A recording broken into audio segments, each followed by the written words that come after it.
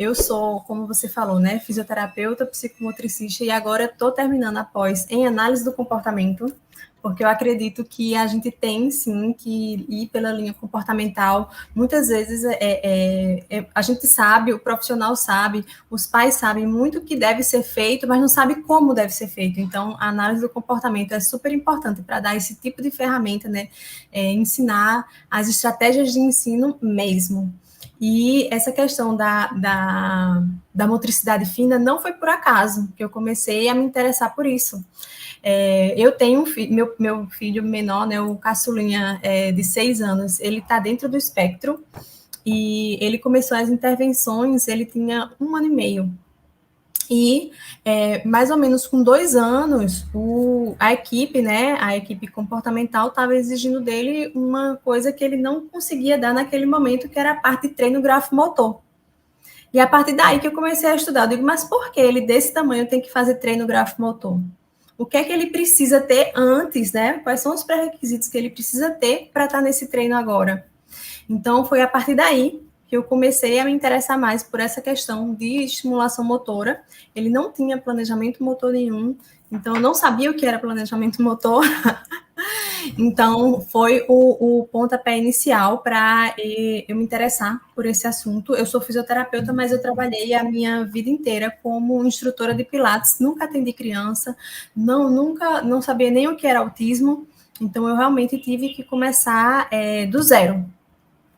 E através do Instagram, né, eu comecei todos os cursos que eu fazia, eu postava sobre o assunto e sempre compartilhando. Eu acho que essa questão da bandeira dos pais terem que estudar, dos pais terem que participar, de treinamento de pais de uma maneira geral, eu acho que é fundamental e faz toda a diferença na intervenção e no desenvolvimento da criança. Eu Você fala bastante assim, sobre isso, né? Sim, eu sempre, quando eu entrei nesse mundo, né, a gente começa a seguir todo mundo. E todo mundo que é todo profissional, todos os pais, e eu percebia que as crianças que tinham grandes avanços, crianças que tinham saltos no desenvolvimento, eram crianças onde os pais eram bem participativos. Que estavam por dentro da terapia, que faziam o dever de casa, né? Estimulavam a criança em casa, porque a gente acha que a questão do estímulo, inclusive o estímulo motor entra nessa parte também, a gente precisa fazer de uma forma estruturada, precisa fazer de uma forma que siga algum protocolo, e muitas vezes em ambiente natural a gente consegue fazer muita coisa. Até porque é no ambiente natural que a criança tem o seu ambiente, né, onde ele sabe onde é que estão as coisas, no convívio familiar, que ele tem um vínculo, esse vínculo afetivo, que é super importante para qualquer intervenção. Então, é uma bandeira que eu levanto e vou continuar levantando, colocando os pais realmente para pelo menos entender o processo, não necessariamente virarem terapeutas, porque existe uma diferença, né? Terapeuta é terapeuta, pai é pai, cada um tem sua função, seu papel, mas são papéis que se complementam. Exatamente. E eu gosto muito quando você fala, né, da questão dessa questão do treino dos pais.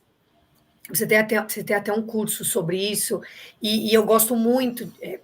Estou até pensando em algumas coisas, a gente até está conversando, né, de outras questões, porque eu sinto muita falta, né, principalmente da área motora, esse incentivo mais dos pais, né? Então, assim, todas as famílias que eu supervisiono, que eu não supervisiono do terapeuta, mas sim a família, a primeira coisa que eu peço para a família é que eles tenham uma participação ativa, não necessariamente nos exercícios que a criança vai fazer em casa, mas em situações que essa criança ela vai trazer, o que ela vai aprender dentro de uma terapia, generalizando para outros ambientes.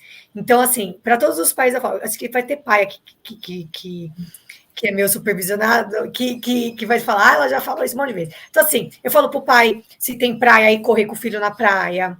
Eu falo para a mãe, olha, se tem um parquinho perto de casa, vamos lá para o parquinho, pelo menos uma vez por semana, né? Então, isso ajuda demais, porque tem a questão da generalização, né? Porque a gente tem aquelas crianças que só ficam em terapia,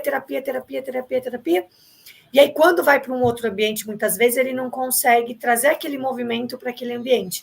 Ele tem uma dificuldade muito grande, né?